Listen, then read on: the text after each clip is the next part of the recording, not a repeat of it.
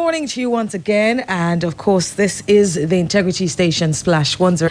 Wherever it is you're listening to us from, we are your Integrity Station. We're glad to be here and of course to always bring you the very best in radio programming. Thank you very much for joining us as well and for being a part of the program day in, day out, offering your feedback to some of the stories that we choose to speak on, sharing text messages, picking up your phone, calling in.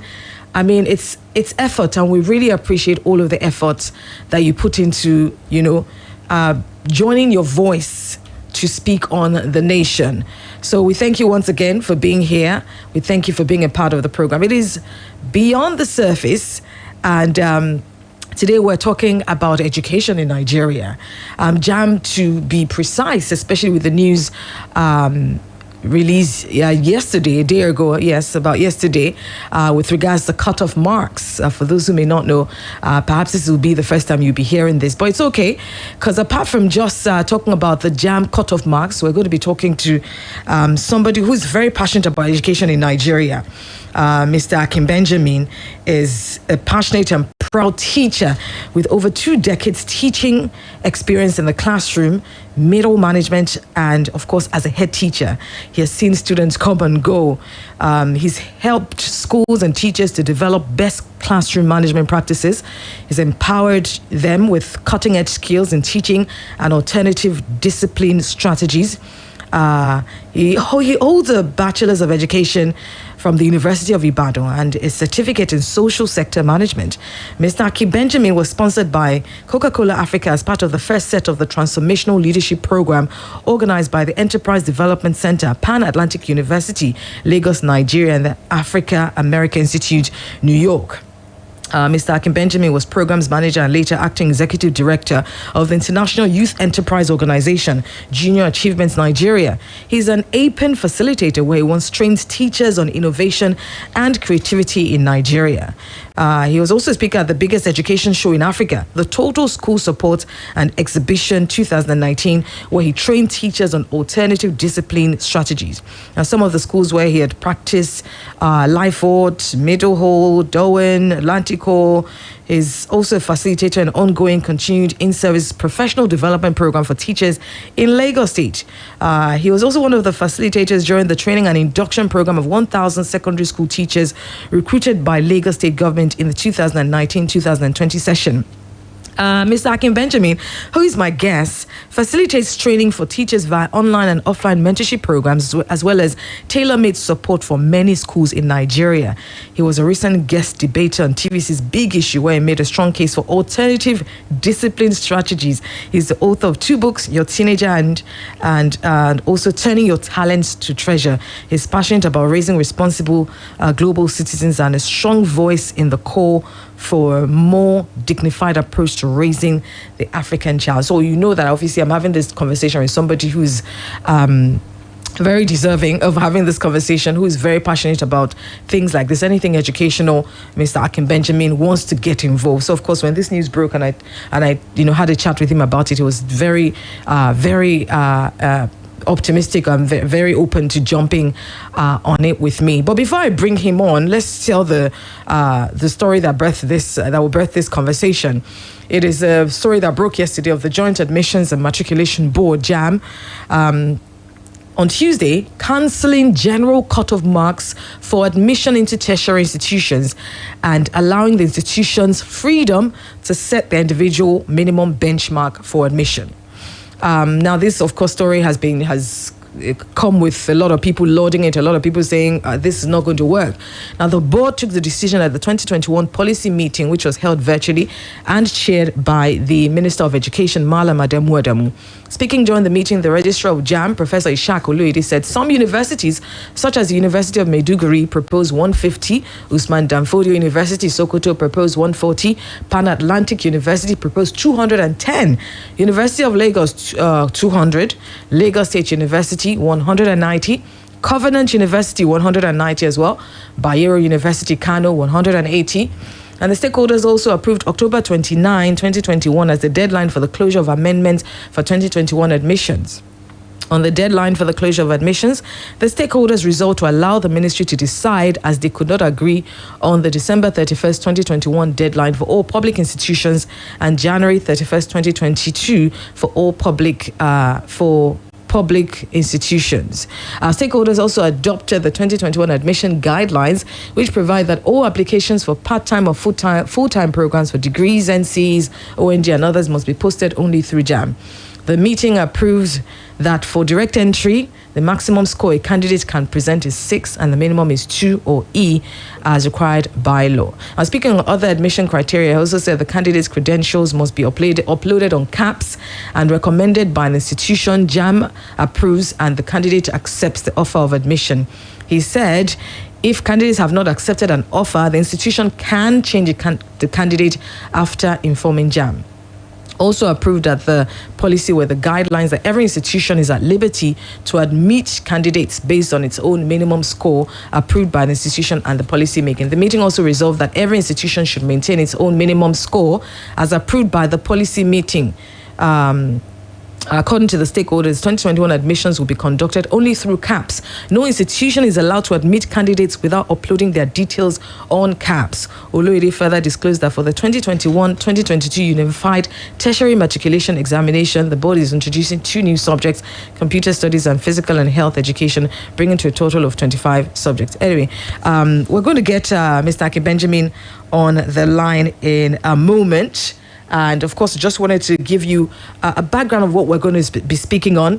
And I went back also in time to look at, some people will ask, what is the relevance of JAM even? Now, before the period, the admission of JAM obviously has its relevance. Before JAM, the admission of prospective students were done by each university on its own. It was individualistic, chaotic, apparently, and open to abuse as each institution set its own admission requirements without recourse to any central and coordinating statutory body. Each individual university advertised for students and sold application forms far in excess of available places. In the process, only a few students were admitted in accordance with its limited academic resources and infrastructural facilities. To arrest this ugly trend and restore sanity to the admission process, the federal government established the Joint Admissions and Matriculation Board. Over the years, JAMB has done a tremendous assignment. It has brought orderliness and respect to the university admission process in a hitherto free-for-all system. Prospective students were no longer left to the messes of each university, acting on its own without recourse to a central coordinating body. However, 37 years since its establishment, and with the admission of monotechnics, polytechnics, and colleges of education, the number of candidates seeking admission to tertiary institutions has gone through the roof. This is a report I'm reading. It's not a recent report, but just to give you a background on the relevance of JAM for those who still ask that question. But let's take a short commercial break. Yes, a short commercial break. And when I come back, I'll have Mr. Aki Benjamin on the line with me discussing this news from JAM and asking questions like, will it draw us back to the beginning? I told you how in this report I'm reading about why JAM was even established in the first place.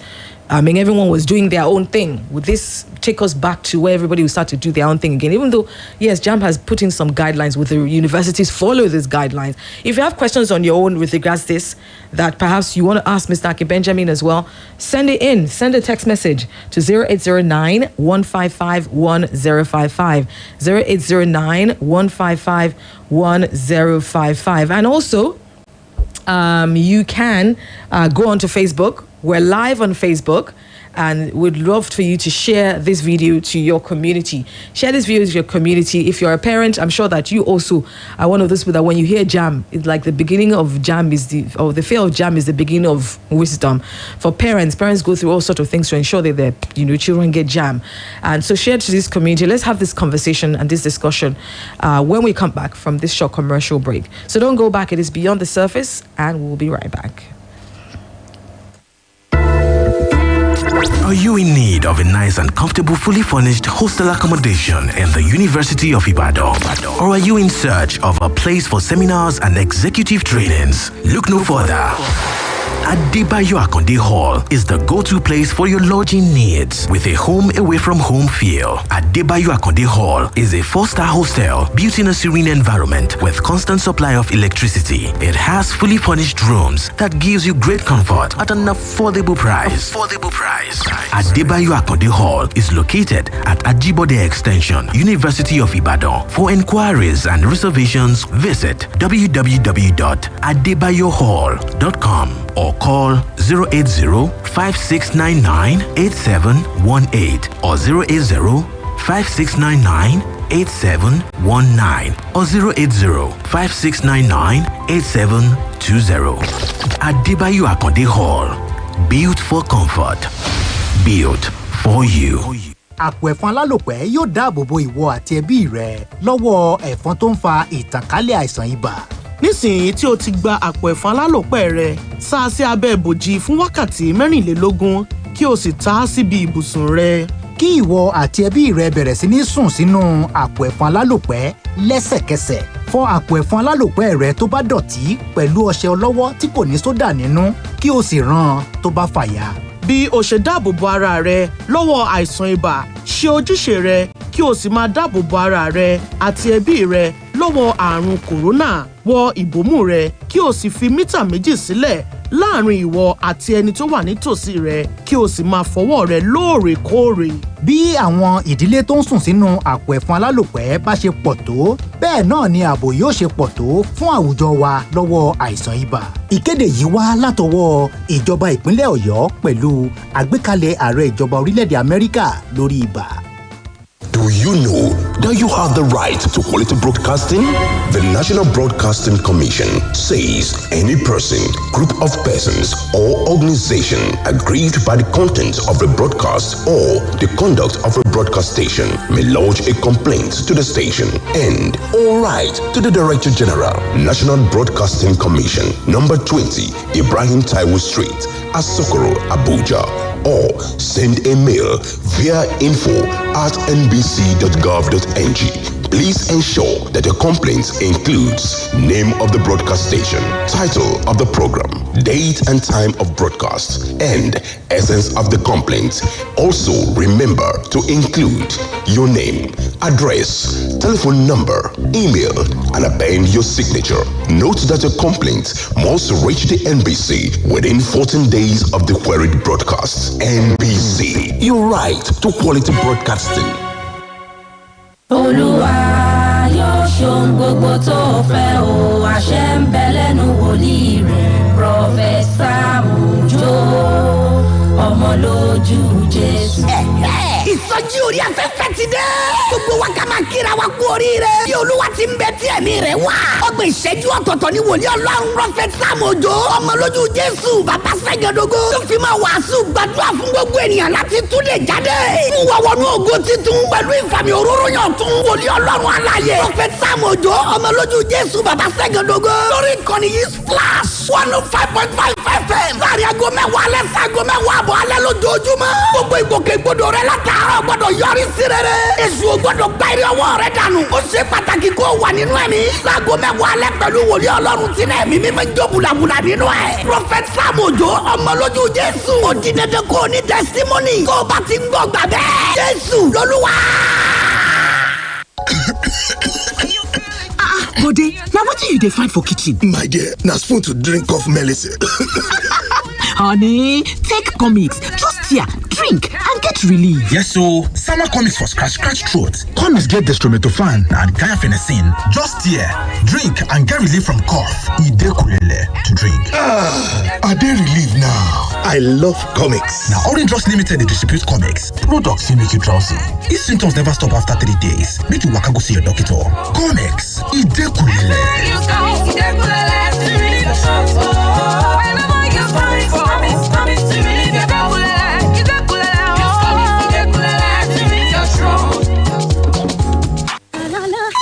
Mama Junior, put in the total about me telling Mama. My sister, why are you not happy? I don't use Honeywell spaghetti mini. Don't cook the always with me. Honeywell spaghetti mini? Yes, so Junior and Papa like them, and it is very easy to prepare. This Honeywell spaghetti mini. Now inside life, Hi, with the new Honeywell spaghetti mini, your kitchen wahala go reduce so you go cook till you fit finish at once and even still enjoy nourishment on top. Oh yeah, go buy your own pack of Honeywell spaghetti mini today. Butala pasta, bring Honeywell pasta.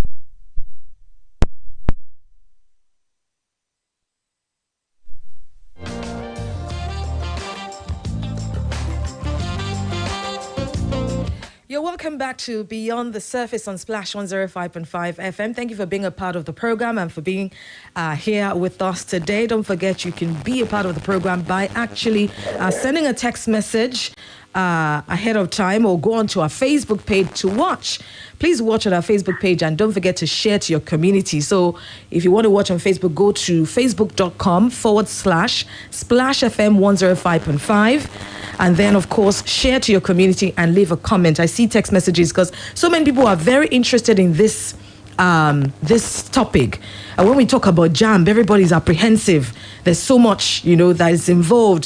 People who are parents especially want their children to get into university. And there's so much on JAMB today. All right, I've already introduced my guest ahead of time. Mr. Akin Benjamin is on the line with me this morning. Good morning, Mr. Akin Benjamin. Good morning, Ronke. Good morning. Thank you so much. So great to have you join us today on the program. My pleasure. All right. So, and for those who are listening as well, I've already told you what the background to this conversation, which is the news that the Joint Admissions and Matriculation Board will cancel general cutoff marks for admission into tertiary institutions and allow the institutions freedom to set their individual minimum benchmark for admission. And Mr. Akin Benjamin, I was reading a lot of people ask what's the relevance of JAMB in the first place. Now, reading about why JAMB was established, which is because at the time universities were doing as they pleased, were selling forms, was a free-for-all at any price they liked, and of course JAMB was established. What are your thoughts to what do you say to people who say what's the relevance of JAMB, and isn't this going to take us back to square one? Sincerely speaking, if you want my candid opinion, absolutely, I would say that you see we are reverting to default. Oh, wow.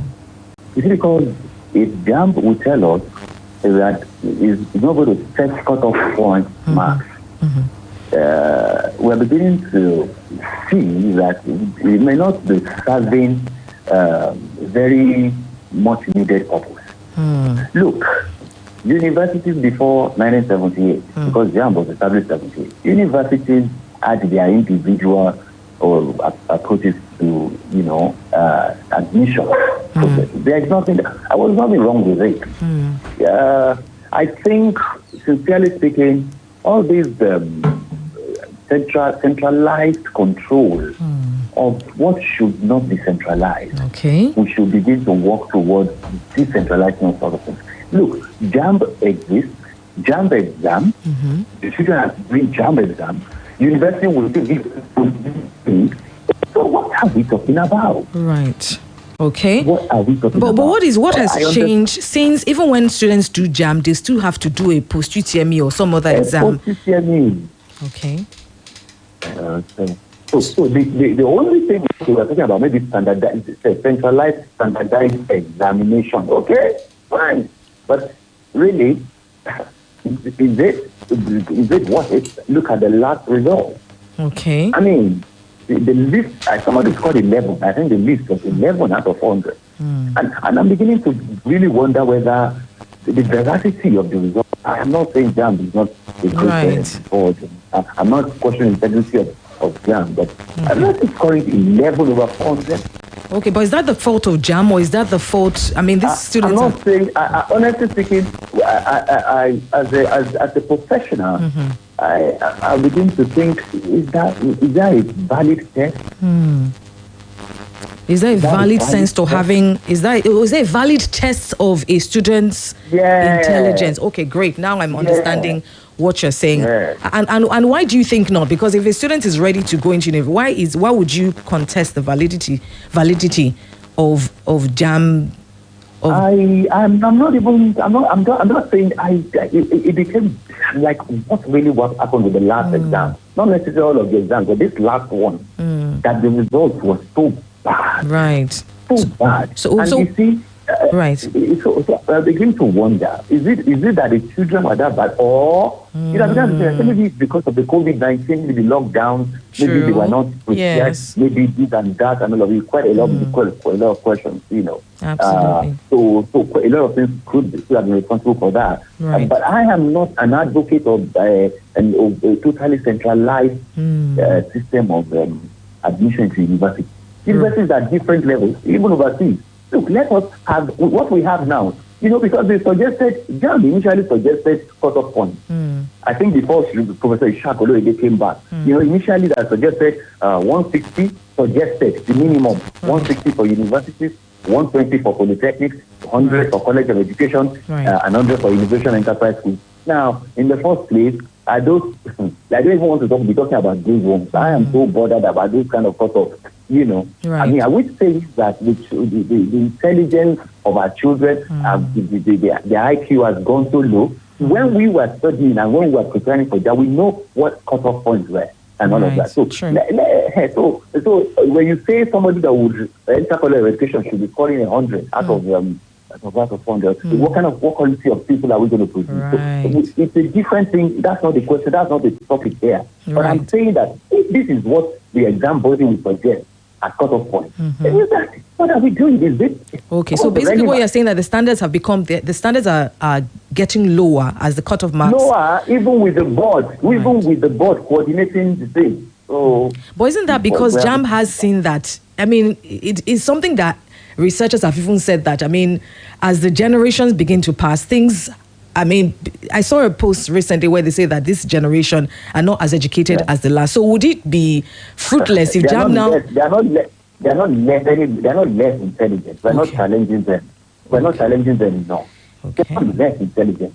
It is their generation that give us so many of these inventions. So many of the innovations they come up with. They are no less intelligent than our generation. It is just that the systems and the bottlenecks that have been created around them don't allow them to be sufficiently creative and to sufficiently express themselves. Right.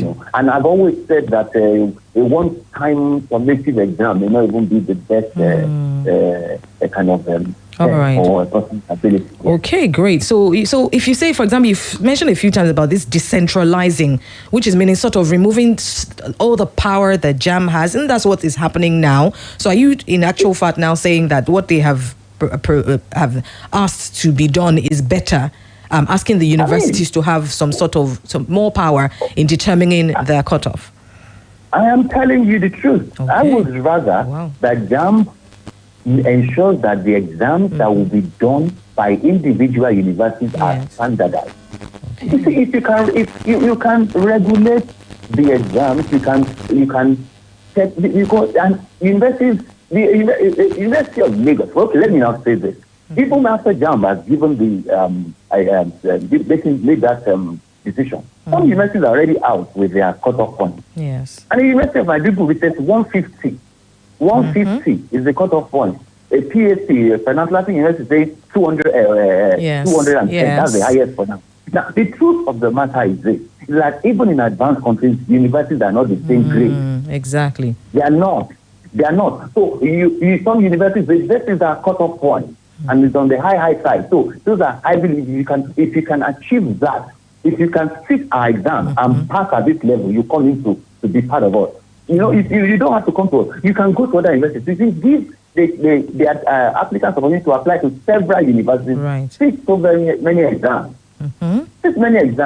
and then be able to go to whichever one they get. And when you come out with your degree, people know that you are from this particular university and we know the level. Exactly. The JAMB can grade universities. I don't know, that's on their road, that's the NUC's road. And the NUC can come up with, these are based on their grading, these are the A, B, C type of universities and all of that. Right. Now, based on standards that they have. Absolutely. Now, don't you agree that people generally have different levels of for want of a better word, intelligence. So isn't it fair that, I mean, yes, like you said, the Harvards and everything, there's not everyone that can get into a Harvard. But then there are some schools.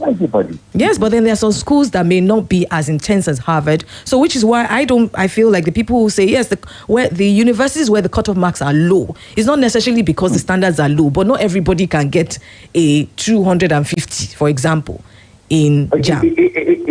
Yeah. You see, look.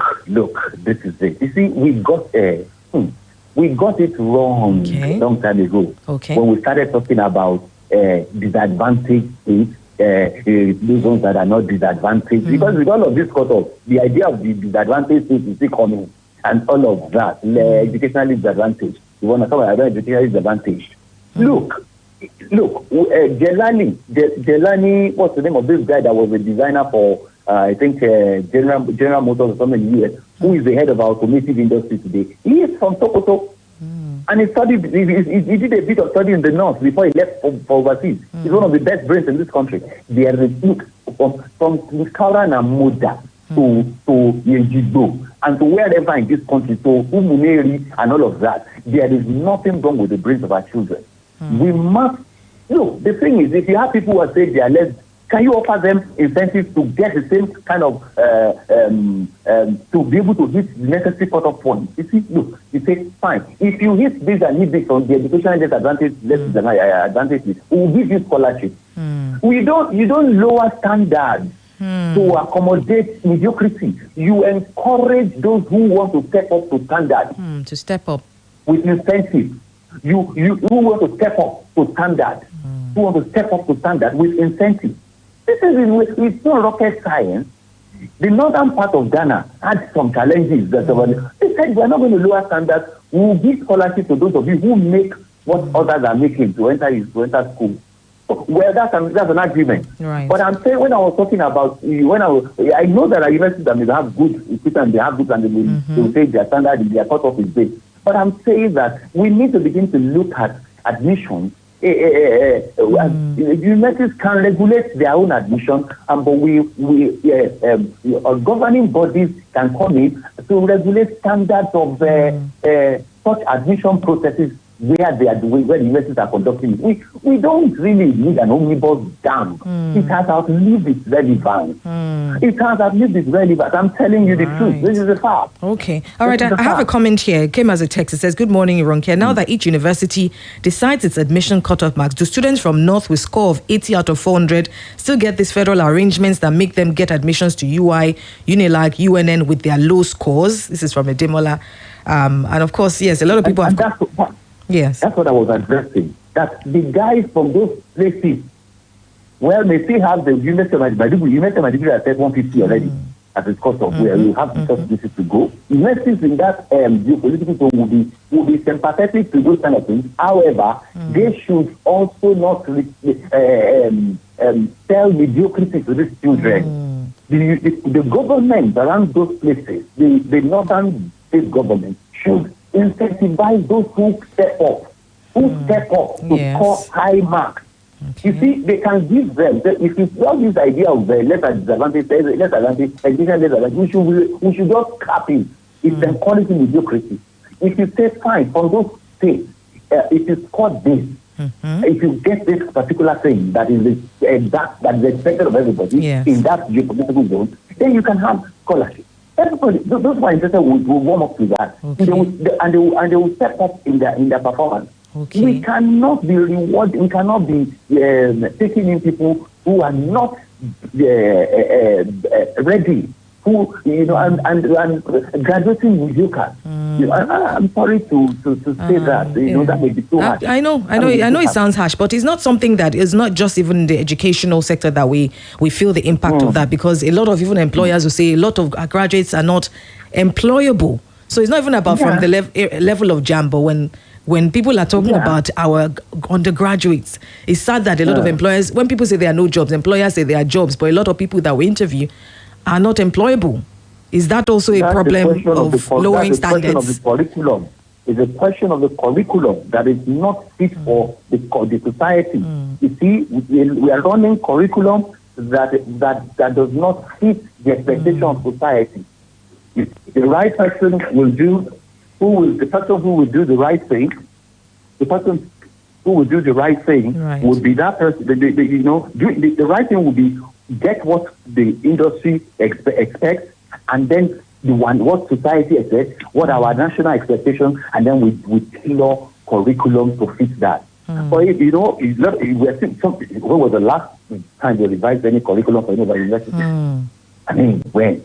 I keep talking about the fact that we should be able to have universities that will even give a certification in some of the new things that children are involved in and all of that. That the new fields that are coming out, and vocational. We should begin to look at so many things, the areas where jobs are needed. Can we begin to develop curriculum that will satisfy and prepare our children in those directions, not just getting certificates that are not necessary and not useful.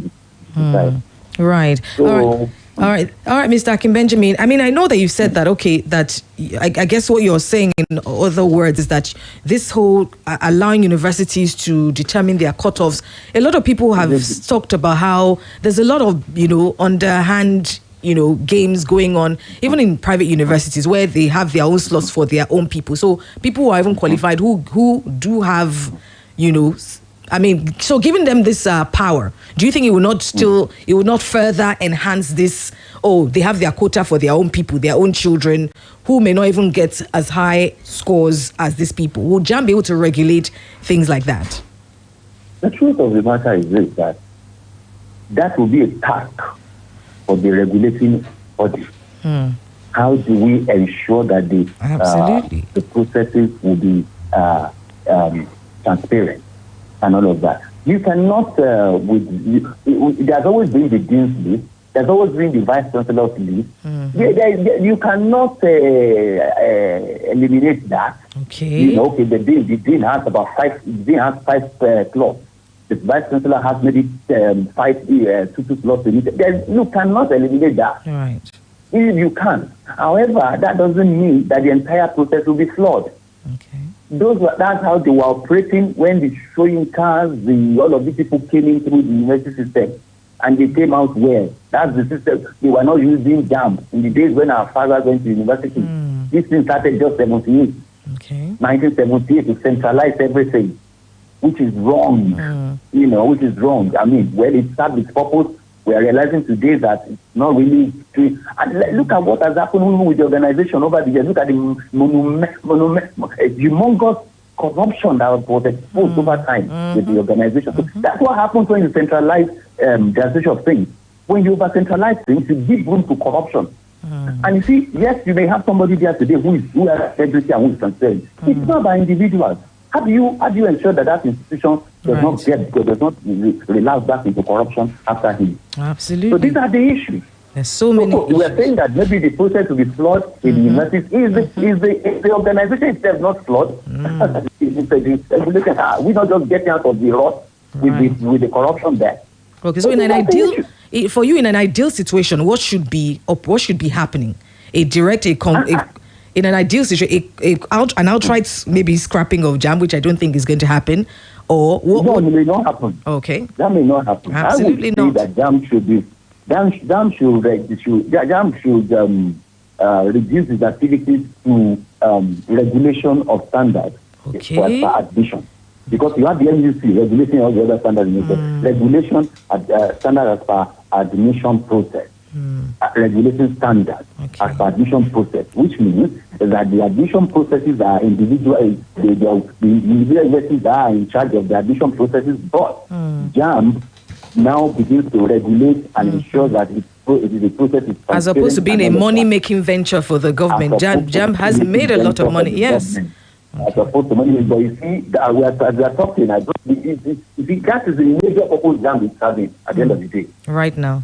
I'm telling you the truth. Because now they sell scratch cards, they sell this one. They're making money for government. It's a money making.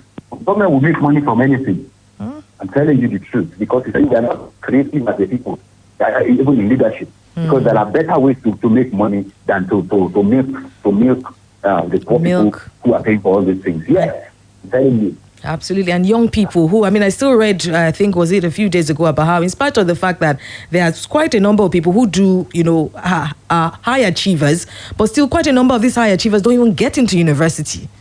Oh, yes. So, yes, they get the cut-off marks, but still... Oh, yes. Let me now tell you where the problem... Let me tell you some other problems that came out of that. Mm-hmm. Because I've been working with young people and working with the education for close to 30 years. Yes. Now, even, one of the things that they may have to streamline is this. Because, you see, even the results that the children are bringing, some are bringing all the 8 distinctions. I was reading about a particular girl that scored 254 exams, dealing with 8 distinctions, and then the university decided to just interview the girl. And then they threw a question to the girl in the area of the study that she has scored so high. She couldn't answer anything. Wow. The truth of the matter is that the authenticity of the results that they are getting from the food stars. It's questionable. Because some universities will now say, apart from what you have scored in our post-CCNE and what you have scored in exam, you must have this number of distinctions, and that's why I want to sound an alarm about that. Okay. The people who have the real authentic results today are not necessarily those ones with the 8, 9 distinctions. Are those ones that have their 2, 3 distinctions, 5 credits. Yes. They did their own. So that they scored well in your post-CCNE, don't subject them to another test of whether they have 8 distinctions. Okay. Those 8 distinctions, and most of them are not real. Right. Wow. Interesting. I wish you had more time, Mr. Benjamin. Unfortunately, our time is up, and I really do hope I hope when you're back in Ibadan, we can have you live. I think it would be fantastic. We'll have you live in the studio. Yes. When you get back, please. Yes. Thank you so much for taking out the time to talk to me on this issue. Yes. Thank you very much, and have a wonderful day, Mr. Akin. Yeah. All right. It's a pleasure. All right. Thank you. Bye-bye, sir. Thank you so much. All right. So I've been talking to Mr. Akin Benjamin, a passionate and proud teacher with over 2 decades teaching experience in the classroom, middle management, and as a head teacher. And if you listened when I read his full profile, you know that he's definitely someone who is qualified to speak on this matter. But thank you very much for the text messages and for watching on Facebook, for being a part of the program. Thank you so much. This is where we call it a day on the Morning Splash. So sit tight as we unroll more for you with the Tifun Tedo crew coming up at 9 o'clock. I'm Ronke Giwa Onafuwa. Good morning. Splash FM 105.5. Cold and Carter, take Procold. Procold now better melody. Take Procold for effective relief from cold and Carter. Everywhere you go, take Procold. Make no wakamis rodo. Procold get paracetamol and phenylephrine for effective relief from cold and catarrh within 20 minutes. Now, Orange Drugs Limited distributor. If symptoms never stop after 3 days, make you waka go see your doctor. Procold, now better medicine. Take Procold. Take Procold. Procold. Take Procold. Have you seen Captain Mama, protector of the Ayo family? She's making our golden one in the kitchen. Ta-da! Breakfast is ready! Mommy, why are you always excited when we have Golden Morn? Because it helps me nourish you. You know it contains iron and vitamin C. Yes, it does. Enjoy Golden Morn with your family every day. It contains iron and vitamin C to nourish you day by day. Golden Morn, make every day amazing. A school with a difference. Lead British International School, located in the tranquil area of Jericho, Ibadan, and the serene area of Grandpa, Abuja, was founded over 14 years ago. Our mission is to equip future leaders by providing world-class educational and social experiences in a conducive learning environment with our core values of discipline, truthfulness, self-reliance, and creativity. Our excellent school offers the best of the English and Nigerian curriculums. Lead British International School caters to the needs of children from 3 months old to 17 years. We have state-of-the-art boarding and day facilities. Entrance exams into all classes is ongoing every Thursday at the school premises located at Plot 5, 7 and 8, Akiola Magistrate, Jericho, Ibadan. Application forms are on sale at 10,000 naira. For further inquiries, contact 0808 187 5598 or 0803 384 23